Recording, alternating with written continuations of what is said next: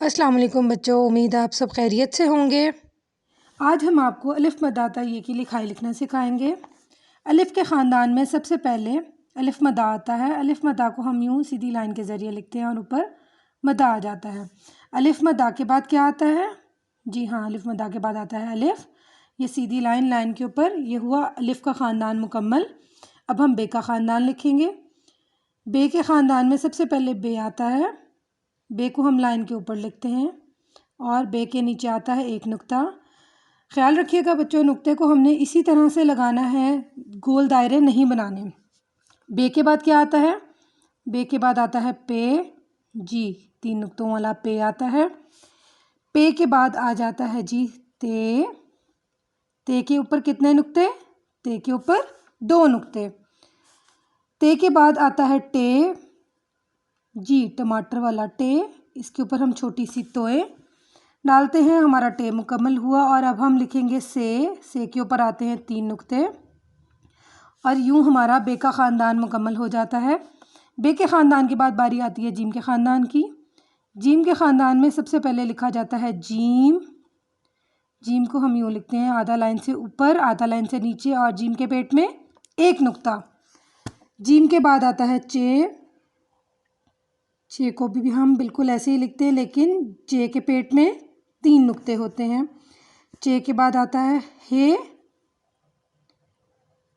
हे के ऊपर 9 नुक्ता, हे खाली होता है।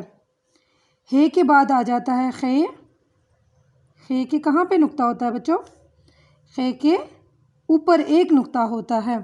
हमारा जीम का ख़ानदान भी मुकम्मल हुआ। अब आती है दाल के ख़ानदान की बारी। दाल के ख़ानदान में सबसे पहले आता है दाल। दाल को हम यूँ लिखते हैं लाइन के ऊपर। दाल के बाद आता है डाल। डाल के ऊपर छोटी सी तोएं और फिर आ जाता है ज़ाल। ज़ाल के ऊपर एक नुक्ता। दाल का ख़ानदान मुकम्मल हुआ। अब बच्चों किसके ख़ानदान की बारी है? जी हाँ, अब है रे के ख़ानदान की बारी। रे के ख़ानदान में सबसे पहले आता है रे। रे को हम यूँ लाइन के ऊपर लिखते हैं। रे के बाद आता है अड़े। अड़े के ऊपर छोटी सी तोएं। अड़े के बाद बारी आती है जे की। जे के ऊपर एक नुक्ता। जे के बाद आता है ये। ये के ऊपर कितने नुक्ते? ये के ऊपर 3 नुक्ते। रे का ख़ानदान भी मुकम्मल हुआ। अब हम लिखते हैं सीन। सीन को हम 3 शोशों की मदद से लिखते हैं, 1 2 और 3, और आधा लाइन से ऊपर और आधा लाइन से नीचे। सीन के ऊपर कोई नुक्ता नहीं होता। सीन के बाद क्या आता है बच्चों? सीन के बाद आता है उस जैसा ही शीन, लेकिन शीन के ऊपर होते हैं 3 नुक्ते। शीन के बाद आ जाती है स्वाद की बारी। स्वाद को हम यूँ मुँह बनाते हैं पहले और आधा लाइन से ऊपर आधा लाइन से नीचे। स्वाद के बाद आता है ज़्वाद। ज़्वाद के ऊपर हम डालते हैं एक नुक्ता और फिर आ जाता है तोएं। तोएं को हम यूँ सीधी लाइन की मदद से नीचे से थोड़ा सा टेढ़ा किया और यूँ गोल दायरा। तोएं के बाद आ जाता है ज़ोएं। ज़ोएं को भी इस तरह ही सीधी लाइन, नीचे से थोड़ा सा टेढ़ा और यूँ उसका मुंह बना दिया। ज़ोएं के ऊपर आता है एक नुक्ता। ज़ोएं के बाद आ जाता है आइन। आइन आधा लाइन से ऊपर आधा लाइन से नीचे। आइन के बाद आता है गाइन।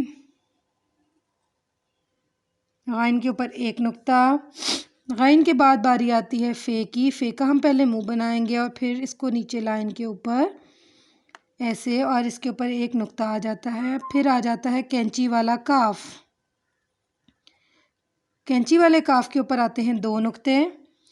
अब आ गई बारी डंडे वाले काफ की। लाइन के ऊपर सीधा और फिर यूँ इसके ऊपर एक डंडा। काफ के बाद आता है गाफ। गाफ के ऊपर 2 डंडे।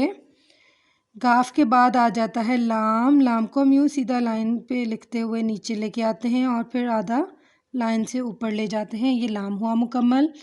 अब आती है बारी मीम की। मीम का भी हम पहले मुंह बनाएंगे और फिर इसको यूं करके नीचे ले जाएंगे। मीम के दायरे में हमने रंग नहीं भरना, आपका मीम गलत हो जाएगा। मीम के बाद बारी आती है नून की।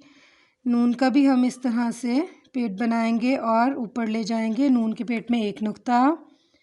अब आ जाता है वाव। वाव को हम इस तरह से लिखते हैं। वाव के बाद आता है हे।